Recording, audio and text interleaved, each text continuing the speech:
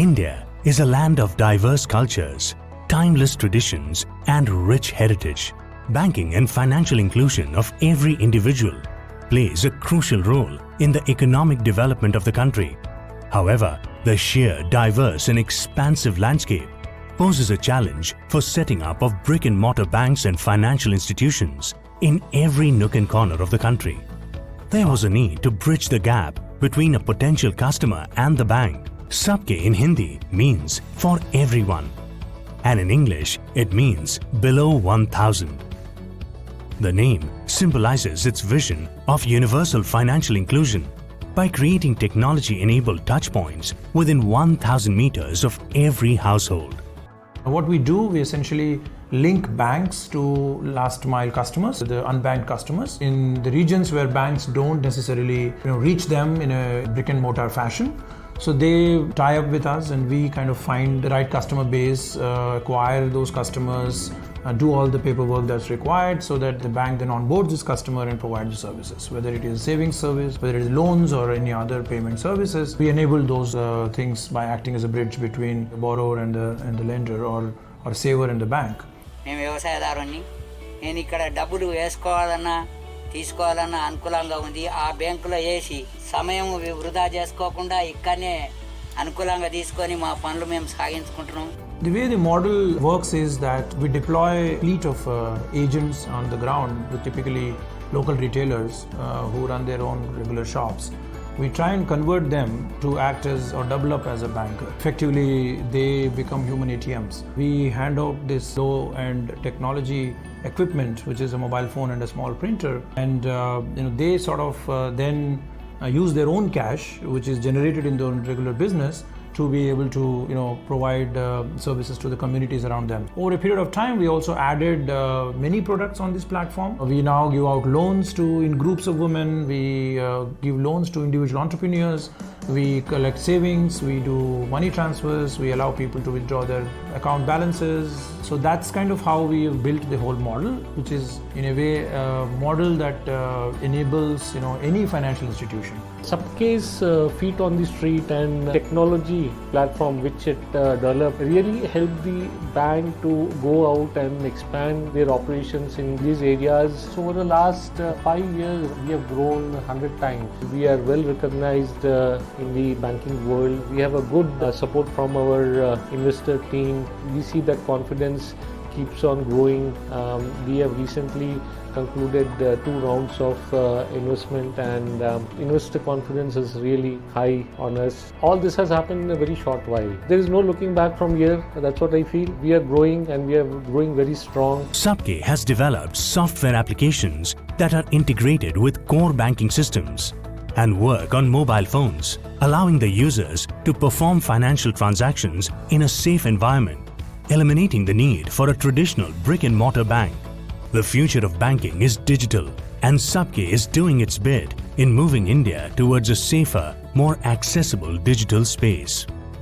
With Sabke expanding its reach and its ever-growing customer and agent base, we are positive that the company's mission to connect every individual and household to mainstream financial system, thus promoting an inclusive and prosperous economy, standing true to its motto, Sabke liye samriddhi laye.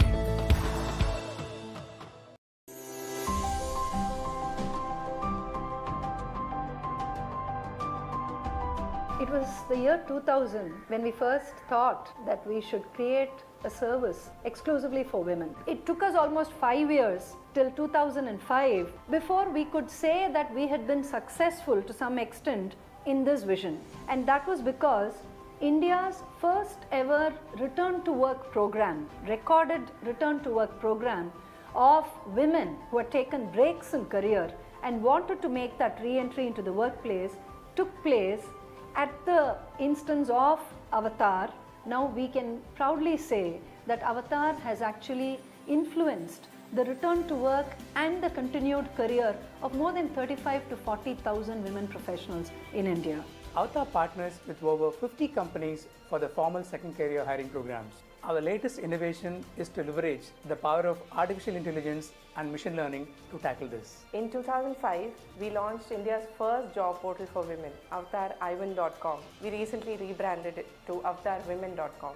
We have successfully placed over 15,000 women through the portal so far. Another one of its kind is the Segway Sessions, India's first large format skill building initiative, which is for the second career women to make a smooth and meaningful comeback to a career. Research has been one of the key backbone of all our initiatives. Today, we conduct India's largest gender analytics exercise, the Working Mother and Avtar 100 Best Companies for Women. More than 300 companies participate in the study every year.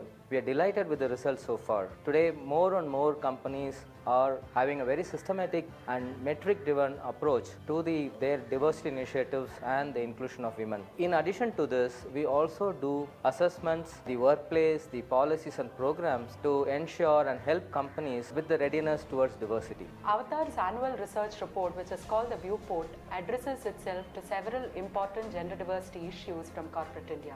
Some of the topics that the Viewports have addressed themselves to include flexibility in women's careers, career intentionality of women professionals, economic centeredness of women professionals, the career enablement framework for women, maternity management framework in corporate India, and so on. The research team also has to its credit several research papers that we have published in journals which are of national and international repute.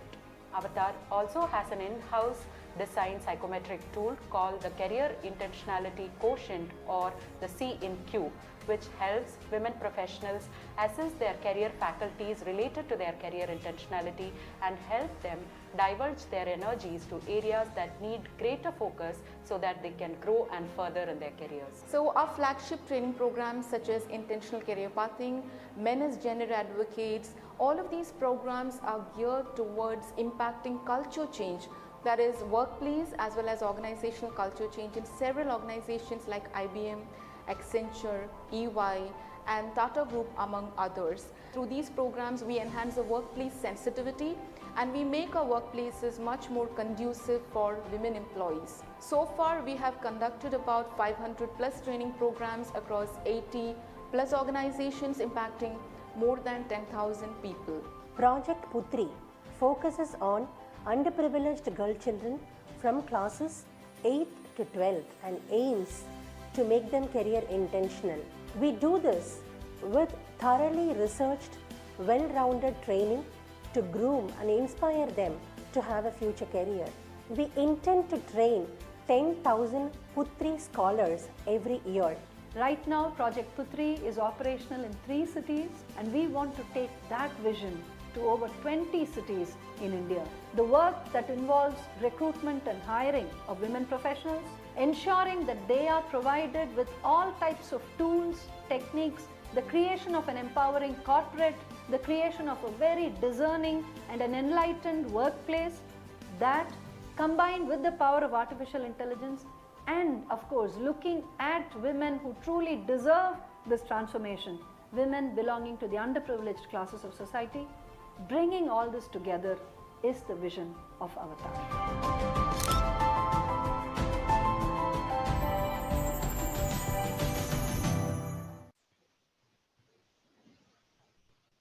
A very good evening and warm welcome to our all viewers on Zoom and Facebook Live. We welcome you to Basic Sabke Samvad, a webinar series where we facilitate conversations with social sector innovators, influencers and integrators. This is our tribute to late Mr. V. Nagarajan and late Mr. Amit Mehta, founding members of Basic Social Enterprise Group, both stellar personalities who have left behind a legacy and an imprint on the social sector. Thank you very much for taking out time and joining us for what is surely going to be a stimulating and engaging session. This session is being brought to you by Sabke, a corporate banking correspondent that offers affordable, accessible, and scalable financial solutions to the underserved communities with high-tech and touch capabilities. Today's session will be a freewheeling chat about gender balance at workplace, cracking the code for distribution business, with Dr. Saundarya Rajesh, Founder President of Avtar Group. We will be hosting a Q&A session in last 10-15 minutes, which request our viewers to post their questions in the chat boxes of Zoom and Facebook. Without further ado, I would like to call upon Mr. Sasidhar, CEO and MD of Sabke Impact Solutions, and our moderator for today's session. Over to you, sir. Thank you, Sushmita, and good evening, afternoon, and morning to everyone, depending on wherever you're logging in from. And thank you so much for making it and adding value to this humble knowledge-sharing endeavor. Diversity, equity, and inclusion, in short, DEI, is increasingly gaining prominence in corporate world.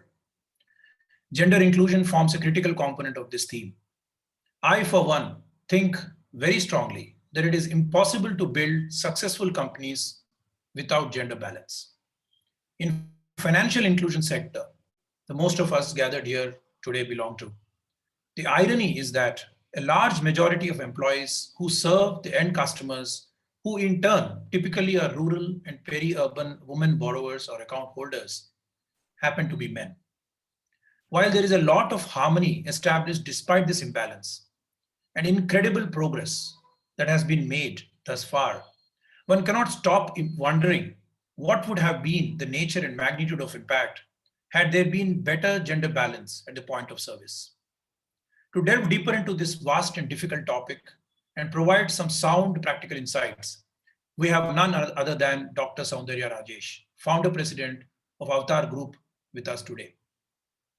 It is indeed an honor to introduce Dr. Saundarya. She started her entrepreneurial journey in 2000 with Avtar, a social enterprise focusing on creating diverse, equitable, and inclusive organizations. Today, she is recognized not only as having created several thousand careers for women on breaks, but also for pioneering the discipline of diversity, equity, and inclusion in Indian workplaces. For her path-breaking work for past 20 years in this space, she has won accolades such as Ministry of Women and Child Development's 100 Women Achiever Award, Twitter's Web Wonder Woman Award, the Winds of Change 2019 Award by Minnesota Forum on Workplace Inclusion, Niti Aayog's Women Transforming India Award, Golden Aviator Award, Asia's Most Innovative Diversity and Inclusion Leaders Award, and the list goes on and on. An irrepressible advocate of the potential of women's workforce participation, Dr. Saundarya has personally trained and mentored over 10,000 leaders in Indian corporate sector. The team at Avtar, as you have noticed in the video, which is India's first DEI solutions company, is steeped in creating many innovative and effective DEI solutions. Avtar, a Stanford seed company, conducts India's largest gender analytics called Best Companies for Women in India that recognizes top 10 and 100 best companies in the area of gender inclusion. An inspiring speaker, an author, and a very sought-after DEI strategist, Dr. Saundarya's inclusive vision also is to see young girls from underprivileged families create empowering white-collar careers for themselves through Project Putri.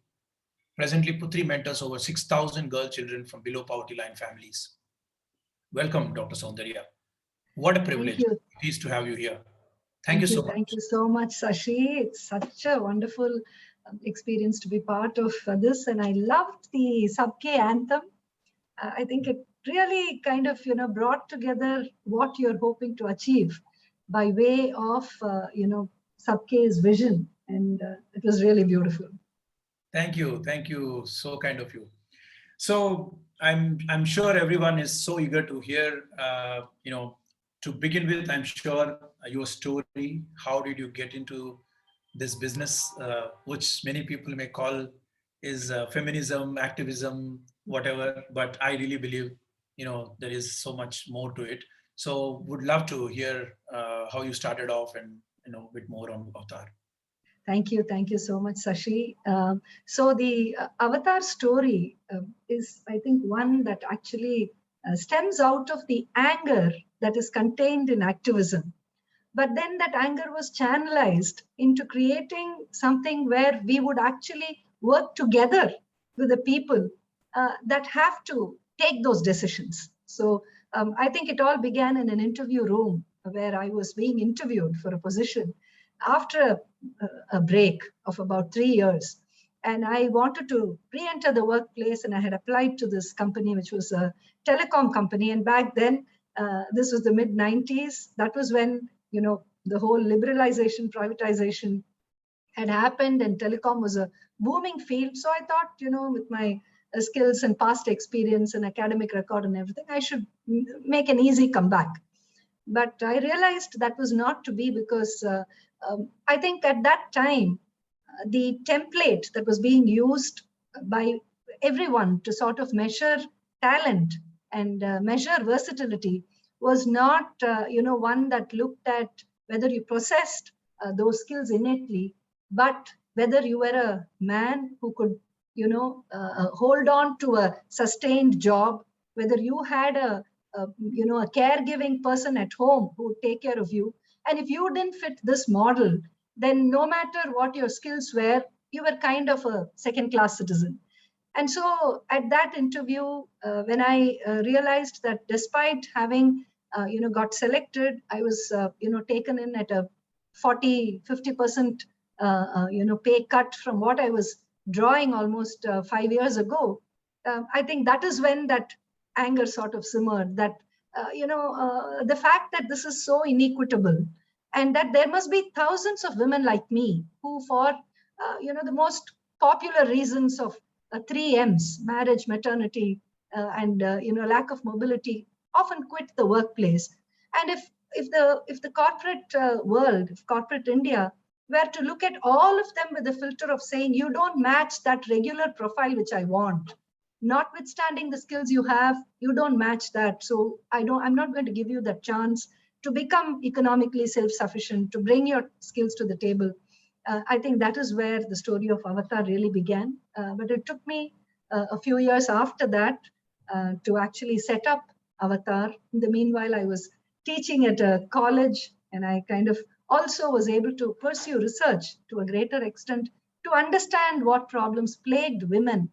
And then finally, the activism that you spoke about, it took the shape of very clear services that can be offered to corporates to get them to change their perspective in terms of what should be the way in which women are welcomed into the workplace, notwithstanding whether they've taken a break in career or not.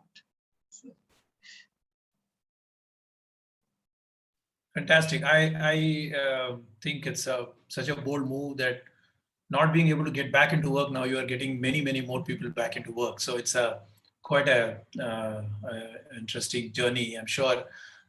So, just for, starters like me and many others, maybe it will be good to hear about what are the insights or trends or data that one can look at. What have you been noticing about this gender trends in workplace?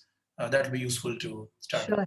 Absolutely, Sashi. So first of all, let me clarify what exactly is the work that Avtar does.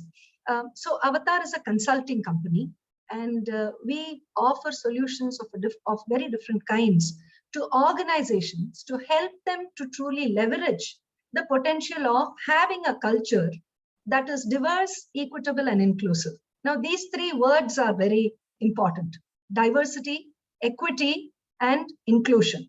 And how are they different? Because in many cases, we believe they're all one and the same, but they are not. So diversity is actually the optics. It is whether your workplace has many different types of very different people in it. And by different people, it could be gender, it could be generations, it could be sexual orientation, it could be ability, and a whole host of these identities. So therefore, it's about how you look on the outside. But there's also the diversity of how you look on the inside, whether you're an introvert or an extrovert, whether you're a very spontaneous person or you're a very intentional, planned sort of a person. Now, also, of course, the fact whether, you belong to one of the neurodiverse categories, probably you may be on the spectrum of, maybe you would have had ADHD as a child. Maybe, you've been diagnosed with probably something like a bipolar disorder. So what is that aspect of identity that you bring to the table, which is very different. And these differences, when you see them in the form of ratios, where you say, I have a 30% gender ratio in my organization. I have, say 40% women at the middle management level, or I have, 25% of women at leadership, being women. Or you could say that 10% of all my employees are persons, with disability. So all of those ratios, the optics, the entire mix, that is called diversity. Inclusion, on the other hand, is about whether each of those people feel welcomed into your workplace. I mean, we would have hired them. We would have said, let's get the women in, let's create careers for the women. But do those women feel accepted? Do they feel empowered enough to speak their mind, to offer suggestions, to problem solve for you? Or do they feel kind of, like I mentioned before, kind of sort of second-class citizens, people who don't really, feel welcome over there, and they're just there for whatever, reasons, for ticking a box. So that aspect of being welcomed, being trusted, respected, that culture is what inclusion is all about. And that can only happen when we have conscious programs, sensitization, sessions, where we all talk about these things, understand how this is important to us, and therefore build that culture of inclusion. Equity, is a term that I'm sure, all of us in the financial world are very, very familiar with. And we refer to equity very differently in the DEI universe. Equity here means those steps that you take to actually bridge any gaps historically that have happened between talent pools. So you have a majority talent pool and you have underrepresented minority talent pools in the workplace. And everybody deserves a chance to pursue a career where they can rise to the fullest of their potential. But what history does is it creates these inequalities between people. It could be the gender imbalance between how men get jobs and how women get jobs. It could be the same kind of a imbalance with regard to if you are seen to be a member of, say, the transgender community or, the LGBTQ community. And then what happens, if you are not given whatever it takes for you to rise to the fullest of your potential. Those steps, those actions are called equity. And these could be, giving people that additional mentoring, giving people greater support, the 6-month maternity leave, which is mandated in India. All of these are equity measures, which actually help bridge the gap between, the majority talent pool and the minority. So this discipline of diversity, equity, and inclusion is, to my knowledge, probably about 25, 30 years old in this country. And organizations have been pursuing it. But if I were to speak about gender, which is one of the most important prominent strands, we've actually been having a lot of challenges with regard to gender. Now, for instance, if you look at, the gender representation a few years ago, say in 1990, and I was talking about the LPG revolution, the liberalization, privatization, globalization. At that time, women's workforce participation was 35%. But in 2010, it dipped down to 29%. Before COVID, it was at about 26.5%. Post-COVID, it is at about 24% today. And this number, this 24 or this 29, whatever I'm talking about, these are numbers which include every woman who is engaged in economically rewarding activity, which means it could be women like you and me. It could be women, who are in white collar jobs. It could be women who are in blue collar work. It could be people in the agricultural sector. It could be construction workers, laborers. Everyone put together is that 24%. And if you bring that down to only women who are in corporates, who are working in some form of, who are part of India Inc., so to say, that is a paltry 12%. So you know that it is a gigantic problem, because this is how less women are represented in the workplace, in spite of being 50% of the sky. So by way of numbers, there is really not much to cheer about.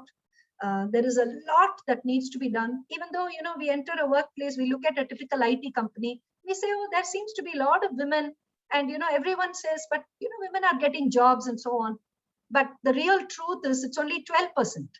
So I think there's a lot more to be done. And during the course of this evening, I think we will explore some of those solutions, Sashi. Thank you so much for unpacking that, elusive subject of DEI. And I know gender is a very small, but of course we have to start somewhere, and very prominent, I think, differential that is created in workplaces. But tell me this, the numbers are really jarring. It's hard to accept the fact that only 12% of the real jobs are occupied by women. And of course, most of them may be in the corporate houses and perhaps the softer, quote unquote, jobs that one would call. But tell me, why is it important to have this balance? The one would say there is a job for everyone, right? So why is it important for this balance in the workplace? Is there a correlation between organizational success and gender? So, Sashi, as usual, and I've seen you do this in the Stanford classes as well, you've gone to the root of the heart of the issue. Why is diversity important? So now, until probably about 5 or 6 years ago, if you had asked me this question, I would have given you an answer which is more along the lines of, what, it is good. Don't you think the women deserve a place? And aren't we all, if you look at the schools and colleges, there is 50%, of men and 50% of boys and girls graduating out of those schools and colleges. But when it comes to the workforce, it's less. Don't we need to bridge that gap? I would have given you more of a appealing to your compassion and appealing to your emotion kind of an answer. But in the last 5 to 6 years, ever since we began the Working Mother and Avtar Best Companies for Diversity study in India, we have been able to note a very clear correlation between companies that have a conscious diversity agenda. I'm not even saying that they already have that mix, in place. I'm saying even companies which have begun the journey of having a diversity, equity, and inclusion agenda, and the way in which their culture sort of emerges, leading to productivity, profitability, and efficiency, is a proven fact. What does diversity really deliver? When you have very different people working together in a team, what it usually does is that it creates disruption. To begin with, diversity creates disruption because you're used to a certain way of working. You're used to very similar people who think like you and who agree with you. And probably that's the reason why they got hired in the first place, because, they are answering the questions in exactly the way that you would. And there is that affinity, with those people. And that is the team that's there. And it's a successful team. I'm not saying that it's not successful. It is successful. Numbers are being met, matrices, all of that is fine. But when you start looking at the diversity agenda, one of the important things is that you want to build a workplace that is sustainable for the future. And the future is very different from what was the past and what is the present. So if you are saying that I want to be contemporary, I want to look at all these talent pools which are emerging. And these are strong talent pools. And if I don't have them in my workplace, I am definitely not that contemporary organization. Then that is when the whole diversity journey begins. You hire people, they come in and they are very different from you. They speak differently, they dress differently, they have different values. They have different definitions of what is respect. They have different definitions of how money should be spent, for instance. And it's just, very, very disruptive initially to begin with. But over time, what happens is you realize that all of those disruptions actually lead to a better comprehension of the problems that the organization faces. And when you infuse inclusion, which is, despite those disruptions, despite those disagreements, there is a culture of cohesion. in which everyone feels safe, everyone feels valued, then what happens? There is a spurt in employee engagement. When that spurt in employee engagement happens, the discretionary effort of every employee goes up. Discretionary effort is nothing but what do you do when nobody is looking? What do you do if your day is done, but you still want to do something because you feel so passionate about the work that your organization does? That is that discretionary effort. It's about, feeling that you really owe something to the company because the culture is so great. So you have an additional jump in discretionary effort. You have greater productivity because there is discretionary effort. Simple. And there is out of box thinking because you have all of these different people who contribute to the solutioning. And therefore, you have very, very out of box solutions happening to the problems that the organization typically faces. And what does all of this result in? A better top line. To begin with, it results in a better top line. And once the organization progresses over time, because diversity, equity, and inclusion is a journey. It's not a, and I loved this latest quote by Indra Nooyi, where she says, diversity is a program, inclusion is a feeling. So it's not that you can ever, stop a feeling. It's a journey. It has to continue. And when it continues over years, decades, then you start seeing that the organizational culture is very, very enriching. The top line is consistently met, the numbers that you want, the growth. And over time, you start seeing that the bottom line targets you have are also met. And this is the benefit of having a diverse, equitable, and inclusive workplace, Sashi. Makes a lot of sense. I can't agree more. And hearing from you, a lot of the hypothesis seem to have been playing out. But tell me, you did mention this statistics that is a downward trend, and of course COVID hasn't helped at all. Yes. Why is it that these numbers are dropping? If there is a clear understanding that a diverse and an inclusive workforce is going to be beneficial for organizations, what's going on, and what are these corporations or companies doing to extract value out of this whole thing? Again, a fantastic question. So two things are parallelly happening, Sashi. One is women are getting more educated. And strangely in India, higher educational attainment correlates negatively with job opportunities. So people who are lower in the educational attainment space seem to get jobs more than people who are a little higher up. So one of the things that's happening is women, when they see that they are not getting the kind of commensurate jobs to their education, they decide to actually stay back at home and take on the responsibilities which previously probably they were buying from outside. So over the decades, we find that when educational attainment of women, when literacy rates have actually gone up, in the past decade when women's workforce participation rate fell, literacy rates went up. And another very good trend was that the marriage age of women actually increased. And previously, women would get married off, when they were 18, 19, 20, and so on. Now that has significantly increased. So with that, what's happening is women have a greater sense of what they want out of a job. And those job opportunities, sadly, in India, for those educational attainments are not happening. Because of which the woman says, rather than go out and then work for this 15,000 or 20,000 rupees, and then come back and spend an equal amount, if not more, with all the caregiving responsibilities that I have to anyway bear, I might as well stay at home.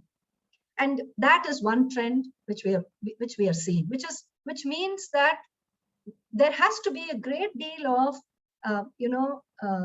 thinking and a sort of an inventive methods that have to be used to create those jobs where women will feel that there is value in them pursuing a career outside of only their caregiving responsibilities. So that is a very clear call for action. Second point is, so the Working Mother and Avtar, best companies for women in India, or best companies for diversity in India, which we conduct, is India's largest diversity analytics exercise. That's because almost close to 400 companies participate in it. These are the biggies, the very, very big, large organizations that employ lakhs of women.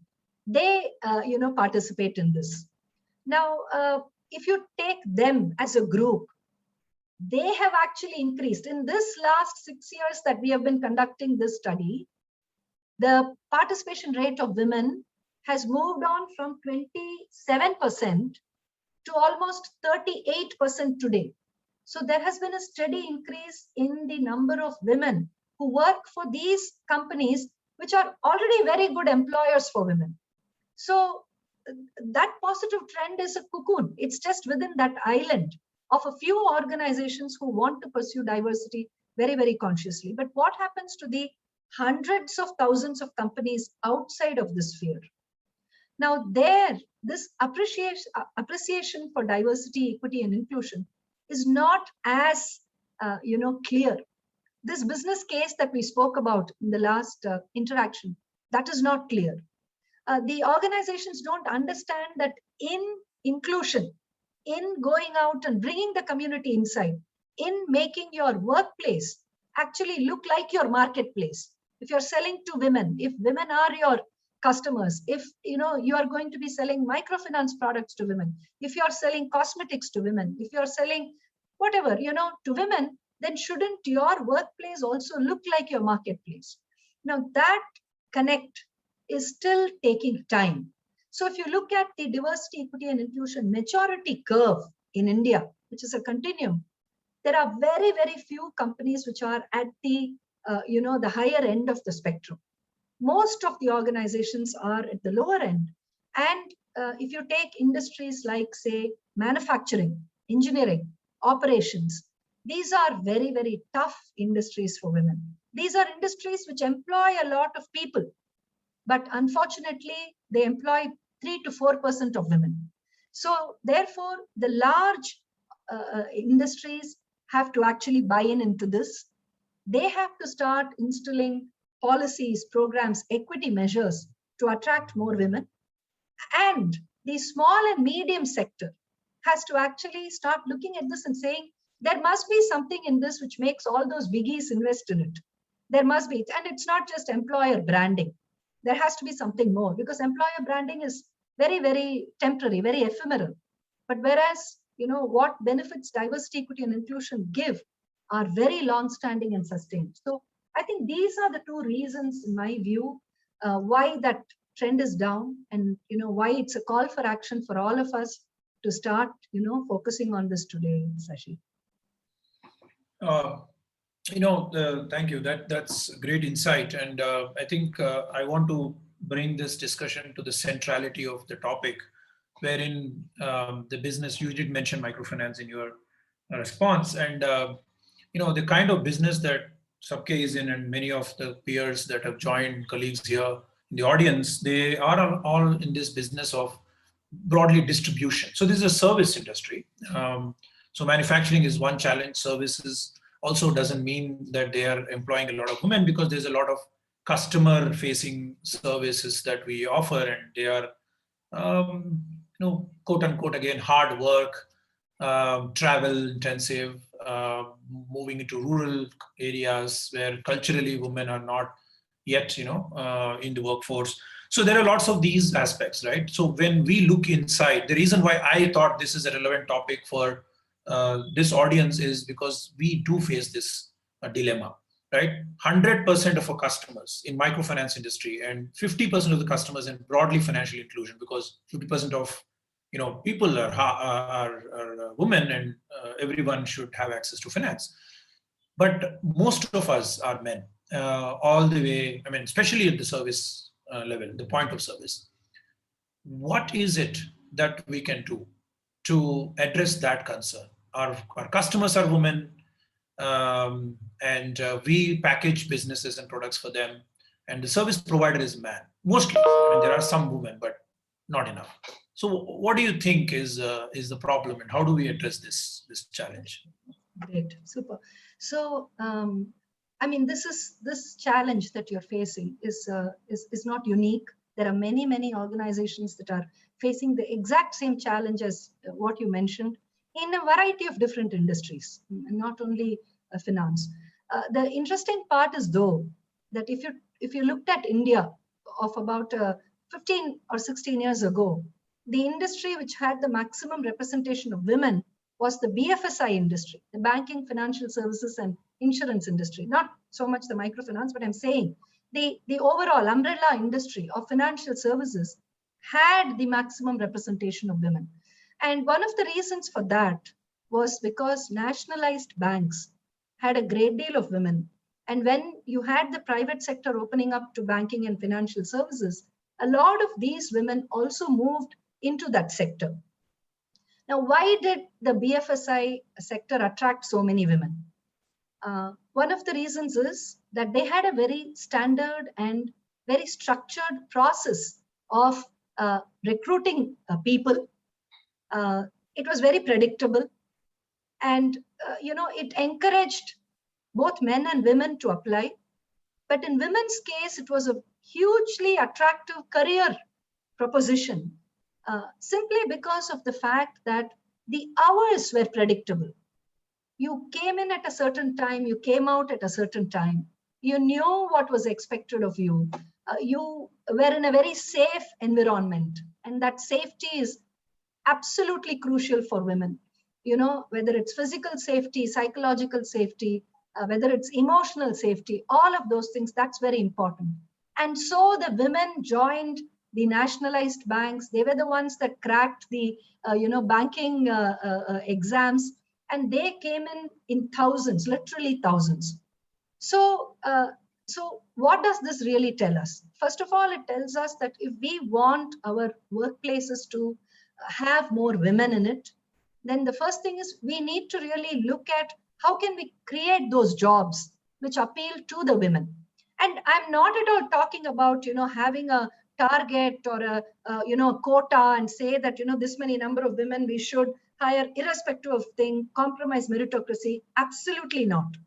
I don't think we need to compromise meritocracy, not at all needed, but we need to look at how can we create those jobs which will attract more women and will ensure that those women stay on. So that's the first thing, what kind of jobs are we creating, first of all. Second thing is flexibility. Now, Avtar actually started this entire thing of right to request flexible working, about 12 or 13 years ago. Because we believed that women weren't even asking for flexibility. See, Avtar has done a lot of research in why women attrite. Why do women take those breaks? Why do women quit the workplace, never to return? And we have done a lot of research on it. And one of the things we saw was, rather than face your boss and ask for a certain amount of flexibility, it's better to just quit and leave. That is that's one of the things that women do. So is it possible for us to even create a space where women can ask for flexibility, saying that, I'm going through this. This is what's happening. And it's not only, motherhood and early child rearing that is important to a woman. I mean, if my kid was writing his 10th standard or 12th standard, I want to be around. And it's as much pressure on me, or probably a bigger pressure on me than on my child, that my kid does well in the exam. So I want flexibility during those times. I want flexibility probably when I'm having a caregiving responsibility at home. And these flexibilities should be built into my job so that I don't feel guilty about taking, availing that flexibility. So that is the second big thing. The first thing is the kind of jobs. The second is flexibility. The third is the most important point in my view, with regard to what can we do to attract women into our workplace.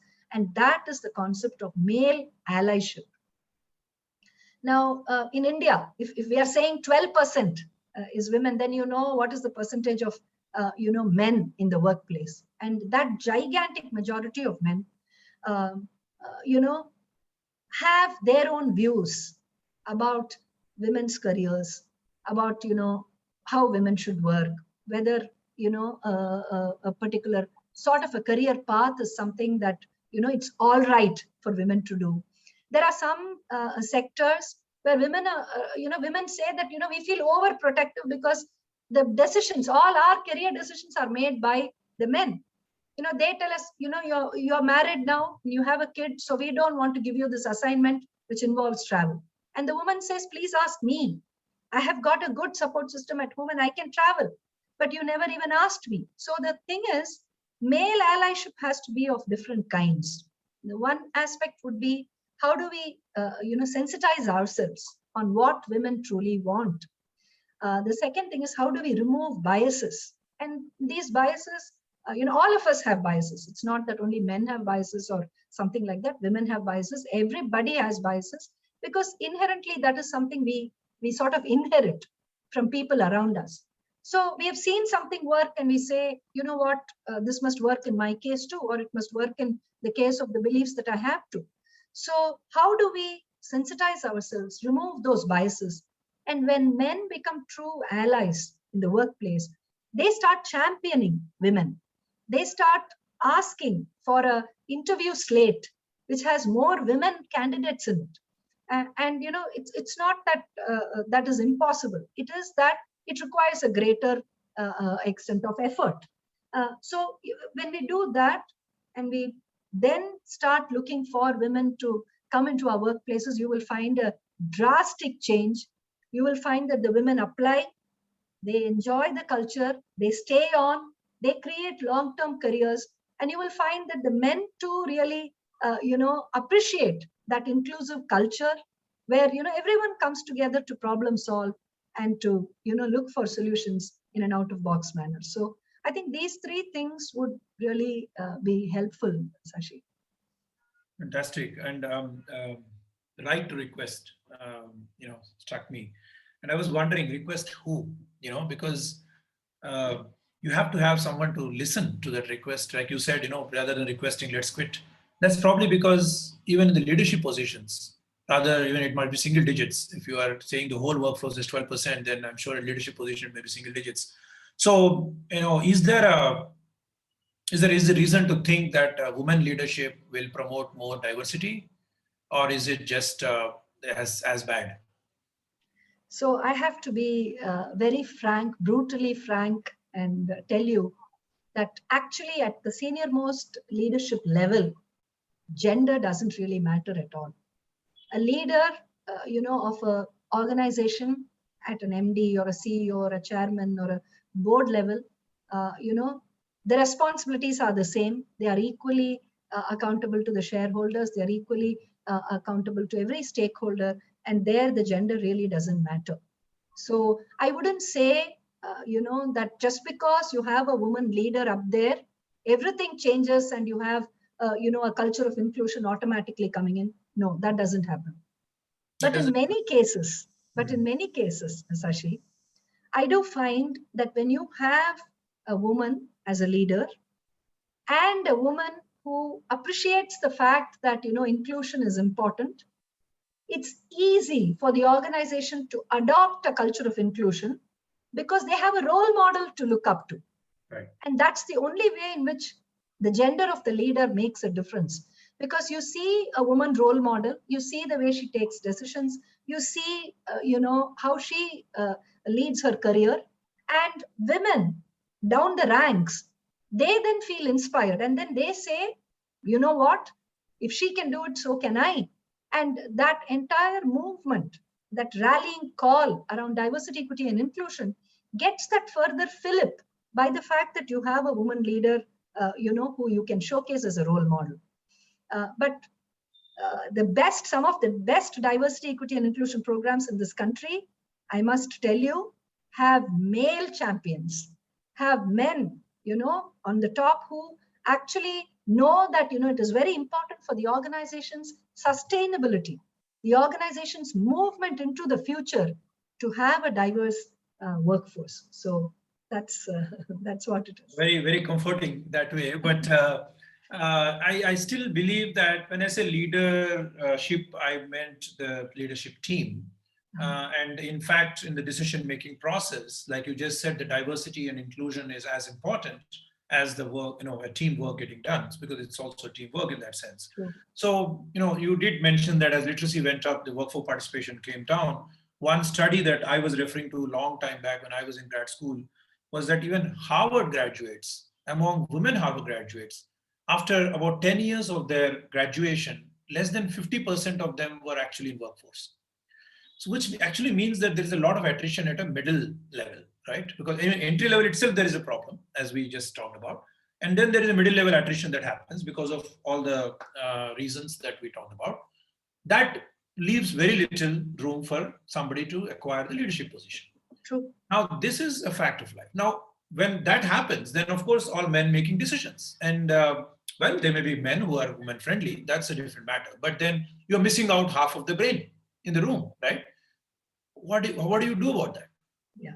So that means, I mean, you just described the pipeline, the talent pipeline. So you need more people at the entry level, and then you need their careers to be protected as they kind of, go into the slog years of a woman's life, where, it's childbearing, child rearing, and then she has just got married, and then, her husband might have an itinerant job and he keeps shifting, and she has to take all of those, career disruptions in order to keep up with him. So that entire thing. And then what are you left with when you come to the leadership level? It's actually 1% of all, CXO positions are occupied by women in India. So that's really, really bleak.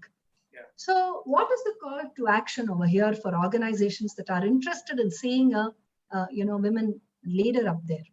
2-3 things. One is, I think there has to be a consistent, concerted effort by companies which are thought leaders, which are looking beyond only their business, but looking at the industry as a whole, to actually invest in talent. So I'll give you an example of Cummins.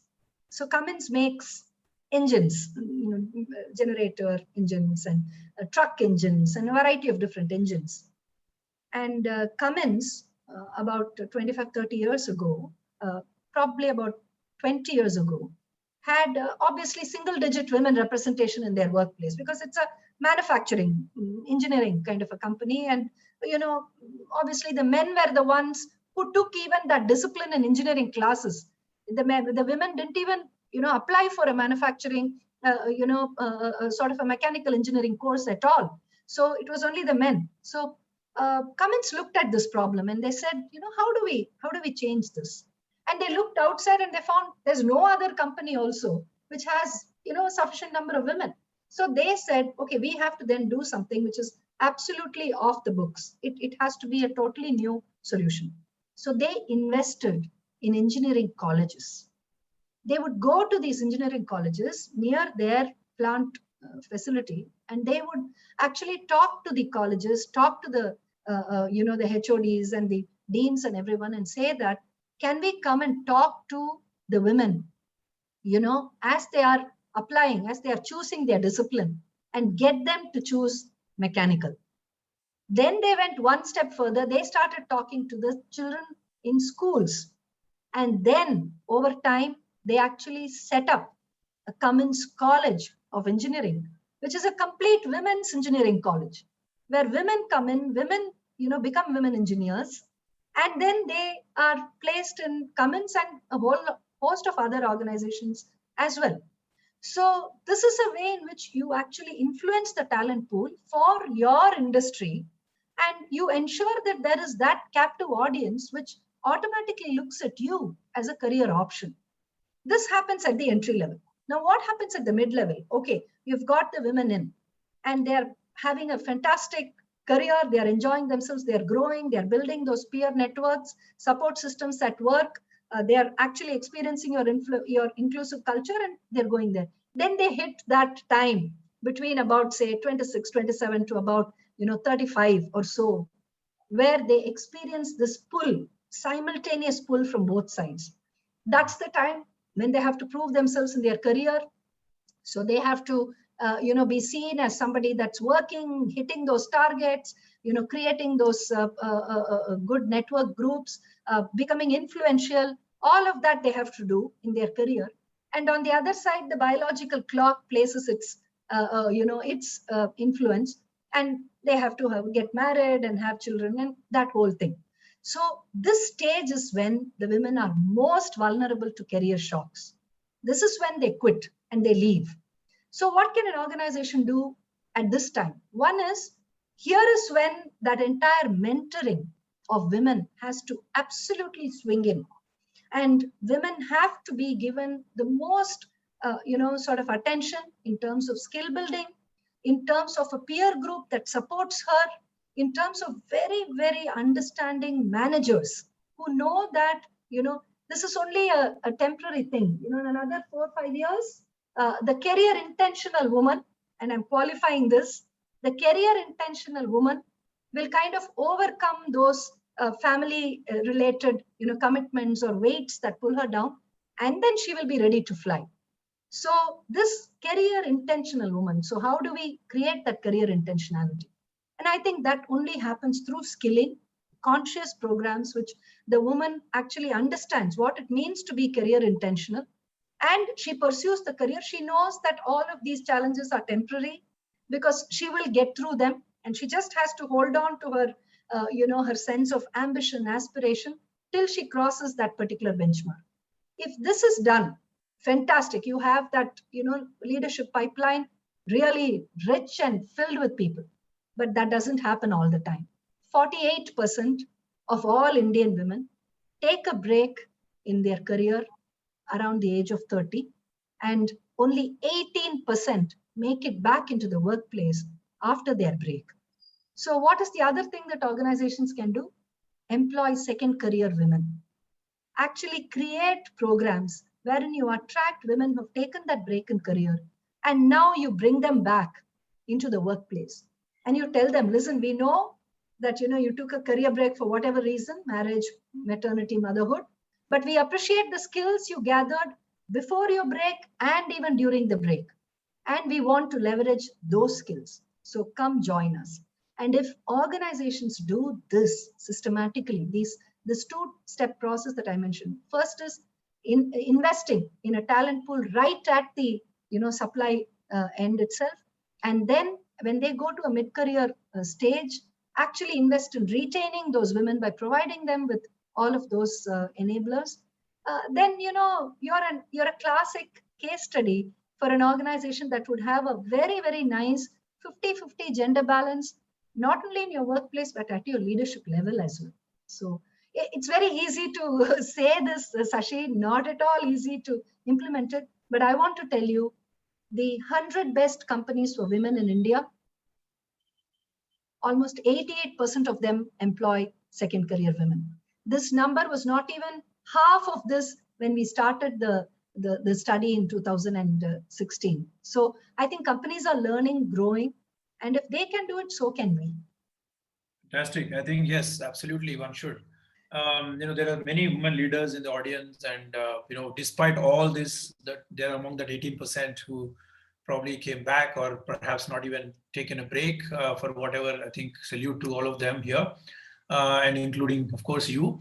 And some of them are asking a few questions. I think we are hitting the hour here, so I just wanted to pick up some questions. I don't know whether we can get to all of them, but one that is resonating across some of these is that there is this tendency to create a uniform culture, a homogeneity, scale, standardization, right? Which basically needs not too much of a challenger thinking. You need one type of thinking, and everybody does the same thing. There's nothing much to talk about. So just scale, right? So in an environment of that, where growth is important, where homogeneity is the central theme, how do you then bring diversity? And how do you make sure that there is another thinker who probably is not complying with the norm?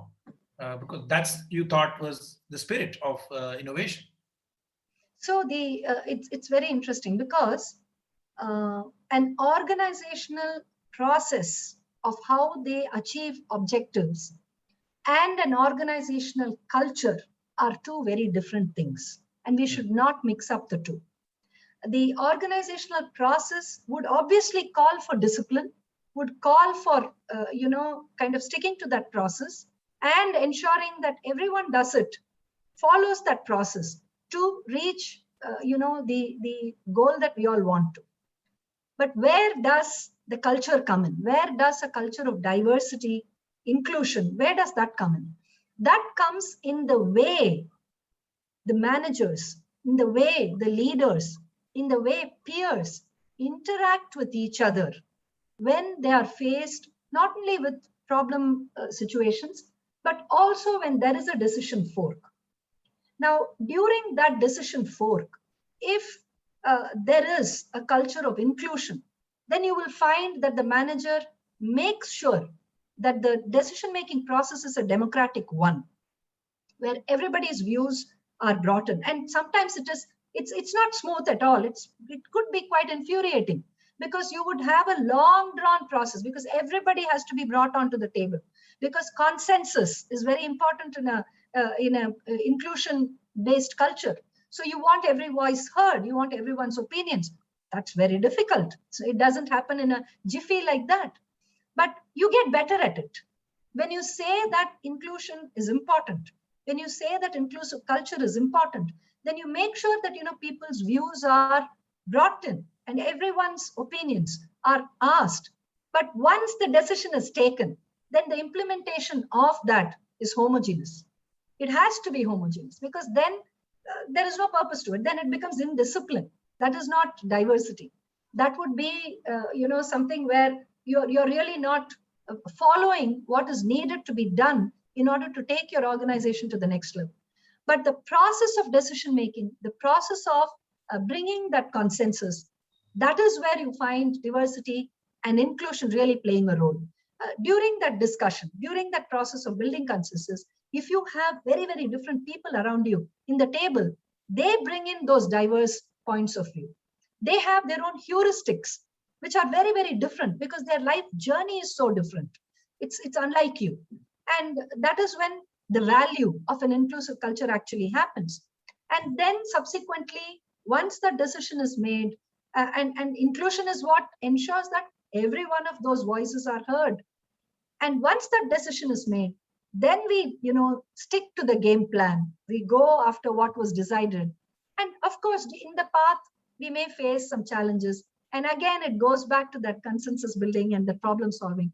Nobody said diversity, inclusion is easy, but its benefits are fantastic. I mean, once you experience that culture. Absolutely.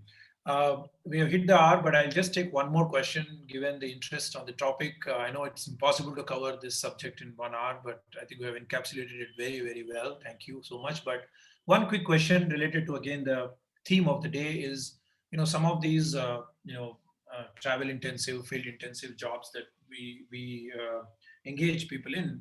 Another woman leader is asking is, how do you create that environment? What is it that you should do to make those conditions conducive to the women to work in the field? Because these people can create great role models for others to follow, right? You have to have them also on the ground, delivery boys, microfinance loan officers. How do we create conditions for them to be able to perform? So again, I'm only going to share anecdotes from similar industries which faced this. So I want to tell you about a conversation or a similar brainstorming session I had with PepsiCo probably about 10 or 11 years ago, when they realized that the number of women in their distribution sales was absolutely kind of abysmal. These are women who have to go what they call route riding, which means they will be with the stockist. They will have to go from shop to shop, check how many bottles of Pepsi are there, take the empties, give the refills, and then go on to the next place. Sell him the idea of stocking more Pepsi, all of that. And they found that the number of women in those jobs was very, very low. So they gathered around the few women who were still there and said, what is happening? Why are there so few women, and why are we not having success? And the women said, one very simple thing we can tell you: there are no loos in the distributor offices. We don't have loos. There are no toilets. And even if there was a toilet, there is no women's toilet. That's a very simple thing we want. So if you probably ensure that your partners, who are the distribution agents, the CNF agents, if they were to actually have a women's toilet in their office, I bet you 10% more women will actually be there. And that was a true moment of truth, because it was such a simple thing, but it was never factored in, because you are only visualizing a man doing that job. And we have our own, Stanford seed company, Peabody, where, we're talking about how do we solve that problem for women in a place where there are no toilets. So that was the moment of truth for PepsiCo. Similarly, I think there are several such aspects. For instance, Standard Chartered Bank, when they were looking at, and the head of distribution, interestingly, was the diversity champion at Standard Chartered Bank between the 2010 to 2012. And she looked at the same problem and she said, why are, my loan officers not women? Why am I not seeing too many women? And then the women said, we are not comfortable staying in the hotels that, the bank is putting us up in. It would be better if they were service apartments, which were directly under the control of the bank. We would feel safer there. And that gave them a 5%, 10% jump in, the number of women. So I think it's a painstaking process of trying to figure out what are all those little problems. Is travel really a problem? Is safety a problem? Is the fact that, the male allyship that we talked about, the sensitization. For instance, we would all assume that, the manufacturing industry has a lot of probably sexual harassment because you have blue collar workers, white collar workers, all of that stuff. Interestingly, manufacturing industry is one of the safest for women because in a plant, you are able to actually totally double down on the safety measures and you're able to do it. In the same way, are there safety measures that we can, offer our women? So, basically, it's a question of what is the employee value proposition that your organization or your industry offers to a woman, and how does it match with what she wants? I think if this is done, and it takes effort, brainstorming sessions, FGDs, talking to the women, understanding, doing a balance of your return on investment. If I were to do all of this, it's very difficult to boil the ocean. But can I do these top 3 things and will I get an ROI out of them? I think that's the way we have to solve for these. Those are very good insights, and I think some of it we can quickly start working on. And thank you so much. I think I need to stop here, although there is so much interest and a lot of questions still pouring in directly into my inbox also. But fantastic. Thank you. I really cannot thank you enough, actually, in terms of how much I really learned. And I'm sure everyone who stuck to the event all through, they are, and still joining. In fact, some people are still joining. So that's interesting. So great. Thank you so much, Dr. Saundarya. Thank you so much, Sashi. It was fantastic to have this conversation with you. I think you asked those tough, hard-hitting questions, as always. It's a tough subject. You can only answer. So. And I just want to tell the people who still have some questions unanswered, please reach out to me on Twitter. I'm very, you could ask me and I'd be able to answer. Also on LinkedIn. So please feel free to connect. And I'm very, very happy about the interest. I forwarded some of those. Thank you so much for offering that. Thank you. Thank you. Thank you.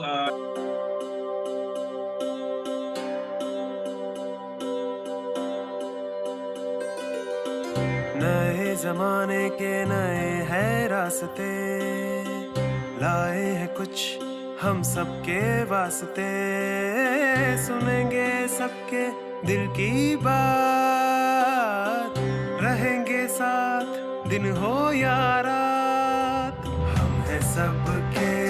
हम सबके साथ हैं, हम सबके साथ हैं।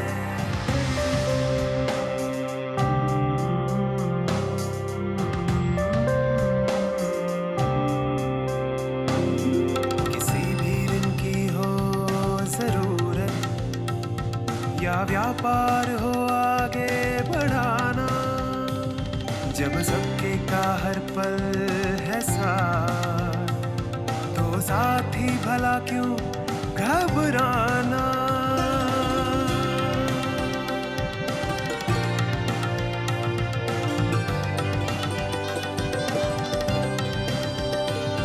लिया हमने अब दिल में ठान,